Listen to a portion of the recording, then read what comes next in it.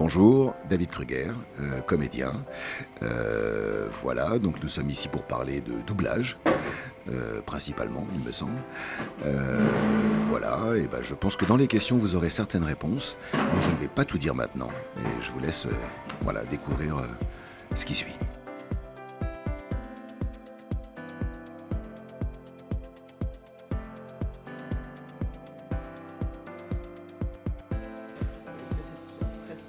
Ah non, il y a aucun stress. Déjà, j'ai aucun stress dans ce métier. Enfin, non. En tout cas, pas en le faisant. Et même d'une manière générale, non, j'ai pas de stress.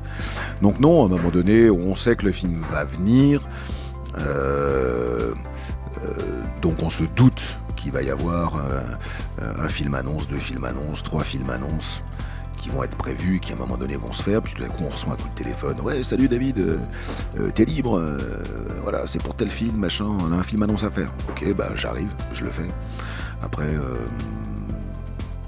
je sais pas plus. Enfin, c'est une convocation au travail comme une autre, voilà. Mais on s'y attend, de toute façon. Je sais par exemple, c'est tout bête, mais je sais que. Enfin, je crois savoir que au mois de novembre-décembre, si j'ai bien suivi ce que les fans m'ont envoyé pour certains, il va y avoir un Gardien de la Galaxie spécial Noël.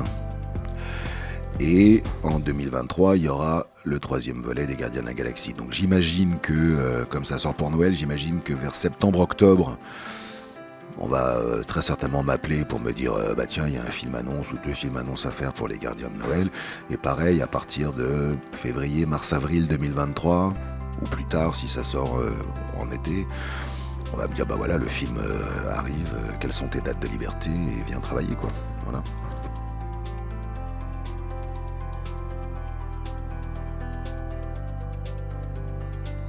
Non, non, non, non, non, non, non, non. Non, non. Alors là, je vais me faire des ennemis, mais je m'en fous. Euh, Moi, le plan acteur studio, je souffre. J'arrive pas à sortir de mon personnage, tu comprends? Il m'a fallu 3 jours pour m'en remettre. Non, ça va, c'est bon. Non, non, mon professeur d'art dramatique a raison. Disait, jouer la comédie, c'est simple. C'est faire semblant avec sincérité. C'est, disait-il aussi, c'est comme quand on est petit et qu'on joue aux cow-boys et aux indiens avec les copains. Et puis par exemple, on est un cow-boy, puis il y a un copain qui est l'indien, puis qui nous envoie une flèche.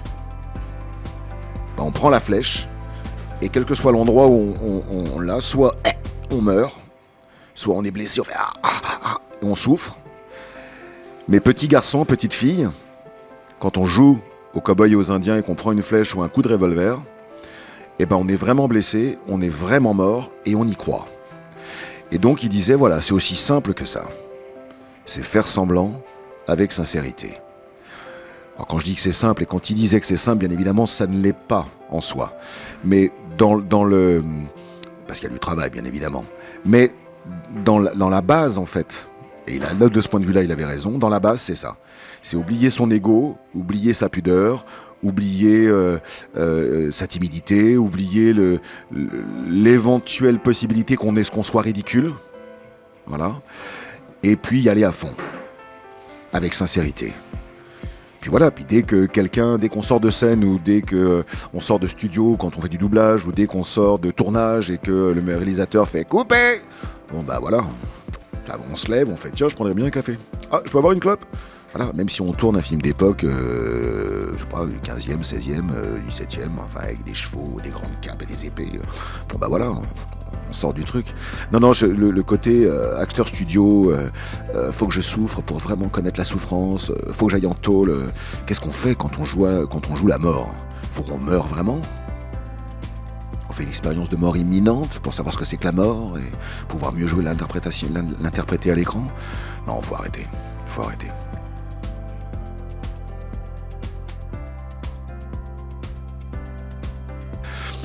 Voilà, alors après, sur la série, on peut dire plein de choses. Sur est-ce que, mais en posant la question de cette manière, je donne un peu la réponse. Est-ce que Schreiber est le bon acteur pour John? dans ma question et mes mimiques, on peut voir que je me pose un petit peu la question, que quelque part j'émets un petit peu un doute. Voilà. Mais bon, il a été choisi, très bien, et il donne tout ce qu'il peut, et voilà. Quand on discute avec des fans, ce qui a été souvent le cas pour moi, et qu'ils m'expliquent que voilà, John doit faire telle taille, il a une combinaison qui pèse 500 kilos, le mec ça. Et on se dit que, pour le coup, Schreiber n'est pas forcément là physiquement, voilà. Voilà, il devrait faire une tête de plus. Pour moi, déjà. Mais bon, voilà, ils ont fait le choix. Voilà. Je pense que c'est plus au niveau des choix de production, des choix scénaristiques.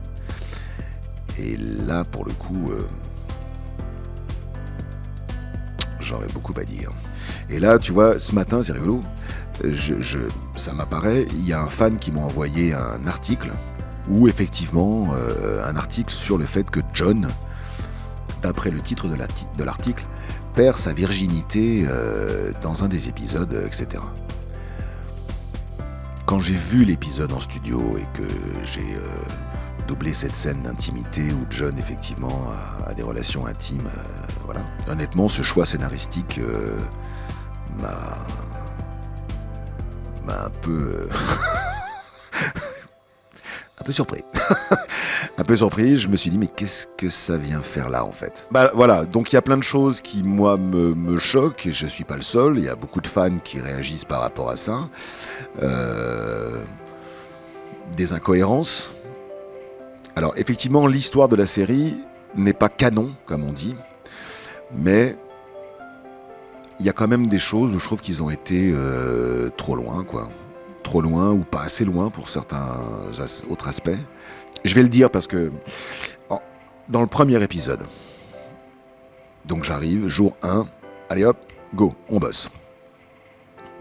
Et puis déjà, je me dis, c'est quoi cette relation avec cette jeune fille là qui l'a sauvée lors d'une attaque Covenant qu'on voit au début. Bon, ok. Déjà là, ça commençait un petit peu à sentir les petits violons, quoi. Tu vois, tu te dis, ce que ça vient faire là. Et à la fin, la fille le menace, prend un flingue, à la toute fin du premier épisode. Et John, qui avec toute son armure et son casque, en gros, je me souviens plus le texte exact, mais lui dit ma combinaison est résistante à toutes les balles, machin, nanana. Si tu veux vraiment me descendre, il faut que tu vises une partie du corps qui ne soit pas protégée par ma carapace, par mon armure. Et là, il enlève de dos, je crois, au départ, ou de face, peu importe. Il commence à enlever son casque. Et j'étais dans le studio, et je regardais l'écran, je me disais, mais non, mais ils vont pas dévoiler le visage du Major à la fin du premier épisode. Ils ont pas fait ça. Et si, ils le font. Très sincèrement, là, il y a eu un vide intergalactique en moi. Je me suis dit, mais qu'est-ce qu'ils foutent ? Alors bien évidemment, on pourrait me répliquer, tout le monde savait que c'était Schreiber qui faisait donc il suffisait pour voir la tête du Major d'aller sur toutes les pages wiki de tout ce qu'il a fait, cet acteur, et de voir sa tronche et dire « Ah d'accord, le Major c'est ça. » Très bien. Ok. Mais à la limite, même sachant que c'est Pablo Schreiber qui interprète John, et qu'on connaît son visage avec des milliers de photos, on aurait pu l'oublier totalement. Et quelque part, garder le mystère, même s'il n'y en avait pas, garder le mystère de ce visage. Et c'est d'autant plus dommage. Alors, à mon avis, en fait, je crois que s'il fallait dévoiler le visage de John, à la limite, il aurait fallu le faire à la fin de la première saison. Voilà, déjà attendre 9 épisodes. Parce que il retire son masque à la fin du premier épisode, et après, 95% du temps, on le voit sans masque. Sans casque, j'aime pas masque. Sans casque. Et tu fais non. Bah non. C'est pas le commun des mortels, John. Il se balade pas sur les planètes ou dans les couloirs, etc. Non, John, c'est John, quoi. Il a son casque tout le temps. Voilà, c'est comment on dit, un humain évalué, enfin tu sais, augmenté ou je ne sais quoi. Non, c'est un soldat. Voilà. Et bien à un moment donné, dans une des scènes, et là j'ai fait oh non. Quand je sais pas, il a combattu, il y a eu un truc un peu spécial, et il doit mettre sa main ou ses yeux ou son visage devant une espèce de cadran, enfin voilà, qui va évaluer son état de santé, etc. Et pareil, il discute avec cette jeune femme. Et puis, il est sans casque aussi. Et il s'en va. Et elle l'interpelle. Et là, quand la caméra revient sur lui ou qu'il y a un plan qui change, on voit John qui se déhanche. C'est-à-dire, il a une position genre un peu sur le... Tu fais non. John, il est droit. Il est bam, calé. Il est ancré dans le sol. Il peut pas se déhancher, c'est pas possible, pas John. Il peut pas se déhancher. Et j'ai vu cette image, j'ai fait non, non John, tu peux pas te déhancher, ce n'est pas possible, pas ça. Donc, en fait, parce que mon sentiment c'est que une des raisons, il y en a multiples bien évidemment, mais une des raisons du succès du jeu depuis plus de 20 ans, c'est que justement John n'a pas de visage. Et donc, chaque joueur, de par le monde, peut s'identifier, qu'il soit un garçon ou une fille, parce que voilà, peut s'identifier à la place de John. Et ça, c'est génial. Chaque joueur ou chaque joueuse dans le monde peut se dire, c'est moi qui suis derrière le casque. Et ça, c'est magnifique. Donc, en tout cas, j'aurais essayé. Si j'avais été à la place de cette production, j'aurais fait signer des contrats de confidentialité, mais drastiques. J'aurais fait des essais en catimini, voilà. J'aurais pris un acteur, connu ou pas connu d'ailleurs, hein. À la limite même pas connu, ça aurait été génial, mais qui soit vraiment dans le rôle. Et je n'aurais dévoilé son visage à personne. Ni à la presse, ni à rien. J'aurais caché tout. Et le mystère aurait été entier. Et là, et même Schreiber, il aurait dû dire « Je veux pas qu'on voit mon visage. Je veux pas qu'on sache que c'est moi qui le fais. » Et à la fin de la 2e ou 3e saison, peut-être que j'enlèverai mon casque. Peut-être. Et là, tout le monde se serait dit « Mais c'est qui ? C'est quel comédien ? Mais putain, c'est génial ! Quelle idée extraordinaire ! John est comme dans le jeu, on ne sait pas qui c'est. » Voilà. Pour moi, c'est une erreur de production.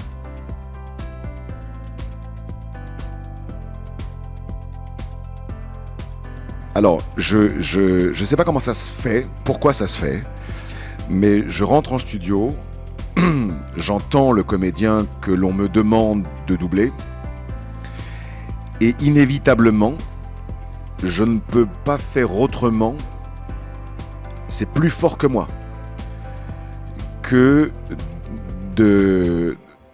comment dire ça ? Que de m'adapter à ce que j'entends.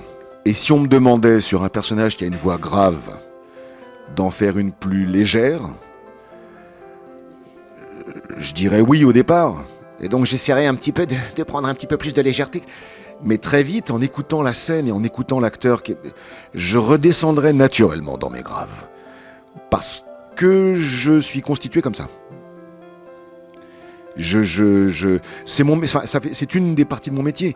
C'est bien évidemment de jouer le mieux possible la comédie, bien évidemment, de m'adapter au jeu, à la comédie, à la situation, etc. Tout ça, mais d'être synchrone, bien évidemment, mais aussi de m'adapter à la voix. Donc je me souviens quand j'ai fait il y a 21 ans, 22 ans, les essais sur John justement, j'avais comme en studio pour le jeu vidéo, on a des casques, voilà, puis on voit les phrases comme ça, puis j'avais, je sais pas, une quinzaine de phrases d'essai, et j'entends la voix de l'américain, le mec très sur le souffle, avec une voix très grave comme ça.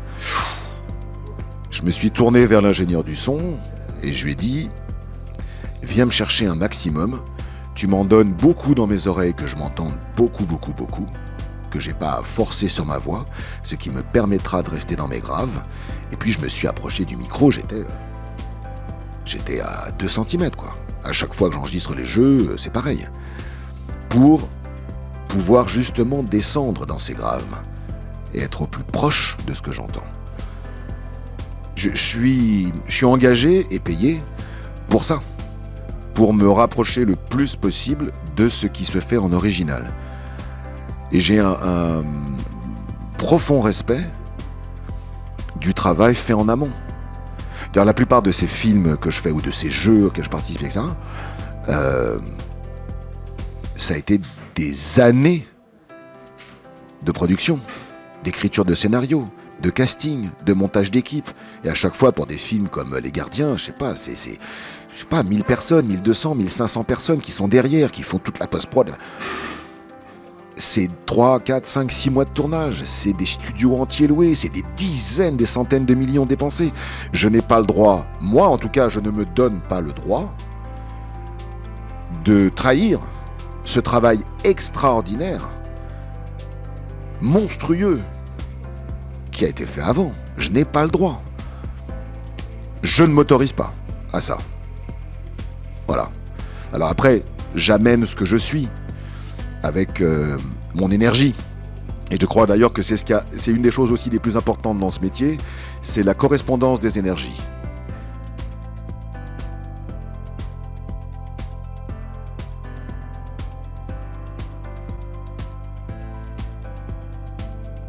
Un directeur artistique m'appelle, celui qui a dirigé le film m'appelle et me dit: David, voilà, j'ai des essais, films de science-fiction, tu vas voir, c'est sympa, machin, viens passer les essais. Donc je vais en studio et la première chose qu'il me dit, bah voilà, tiens, je vais te faire passer un essai. Moi, je savais pas du tout où j'allais, je savais pas du tout quel était l'univers et bon. Tu vas me faire un petit essai sur cette petite boule de poil. Et il me fait passer un essai sur Rocket. Génial, oh, très bien. Puis je voyais quand même, vu l'image, grand studio où on travaillait, j'ai dit bon, là c'est un gros film quand même. Je sais pas ce que c'est, je connais pas l'univers des Marvel, des machins, je connais rien. C'est pas ma génération, donc bon, mais ça a l'air vachement bien foutu. Vraiment. Et donc je fais l'essai. Et au moment de partir, enfin quasiment, je remettais ma veste, tout ça, et je le vois trifouiller, et puis dans ses fiches, et il me dit: ah, attends, je voudrais bien te faire passer l'essai sur le type là. Alors il regarde ses fiches, il s'appelle Star-Lord. Je fais ok, très bien. Donc je passe l'essai sur Star-Lord. Donc il trifouille dans ses papiers, on va reprendre là. Il trifouille dans ses papiers, voilà, et il me dit: va faire Star-Lord. Et donc je fais l'essai. Rigolo comme lapsus. Je fais l'essai sur Star-Lord, et encore une fois, je ne savais pas qui était cet acteur, s'il avait été déjà doublé. Il s'avère que bien évidemment oui, dans plein de séries, dans plein de trucs. Et je fais l'essai. Et puis bah voilà, après il y a 15 jours, 3 semaines d'attente, où on se dit: est-ce que j'ai réussi? Mais vraiment, je me disais, j'espère que j'ai réussi. Parce que je sentais que ça allait être un gros film. Et puis après, j'ai reçu 3 semaines après, un mois après, j'ai reçu un message me disant: David, tu as été retenu sur le personnage de Star-Lord, voilà. Et là, on me dit: c'est le héros du film. Et en fait, il y a une petite voix à l'intérieur de moi qui me disait: bien évidemment, j'étais content, hein, youpi. Et puis, surtout, là où j'étais content, c'est que c'était un personnage qui semblait être rigolo. Donc, au bout de 28 ans de carrière, j'allais accéder à un personnage sympathique, rigolo et un héros. Ah, je l'attendais celui-là. Donc j'étais très heureux, doublement heureux. Voilà.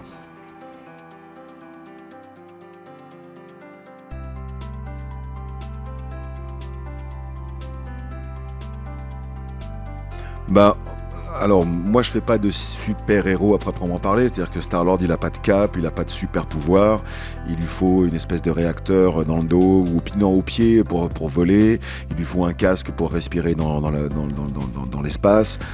Donc il n'a pas de super pouvoir en soi. Et c'est d'ailleurs ce que j'aime beaucoup chez Star-Lord, c'est que il doit s'adapter. Donc ça c'est génial. Et puis en plus, comme je le dis souvent, Chris Pratt, il a dans l'œil toujours quelque chose qui pétille, qui frise, et il y a toujours une petite pointe d'humour derrière tout ce qu'il dit, et tu sens que ça peut basculer très vite dans une petite connerie à dire. Donc il est surprenant. Le personnage est surprenant, l'acteur est surprenant, mais toujours avec voilà, un petit rictus de rire comme ça au bord des lèvres, et puis les yeux qui pétillent, donc il va dire une connerie là. Et donc c'est marrant en fait. Non, c'est marrant. Donc moi j'ai pas de lassitude. De toute façon, d'une manière générale, même des super-héros comme John, enfin oui, parce que pour le coup, lui il a des pouvoirs, voilà, ou d'autres. Non, moi j'ai jamais de lassitude à faire ce que je fais, ni à faire mon métier, quoi. Donc non, je trouve toujours un intérêt, et heureusement d'ailleurs, parce que quand même pendant pas mal d'années, et encore ça m'arrive maintenant, j'ai fait beaucoup de méchants. Tu vois. Donc si je devais me lasser de faire les méchants, j'aurais arrêté depuis longtemps. Non, c'est passionnant en fait. C'est passionnant. Non, pas de lassitude, aucune, jamais. Merci à vous qui avez regardé, et puis à bientôt peut-être. Ciao.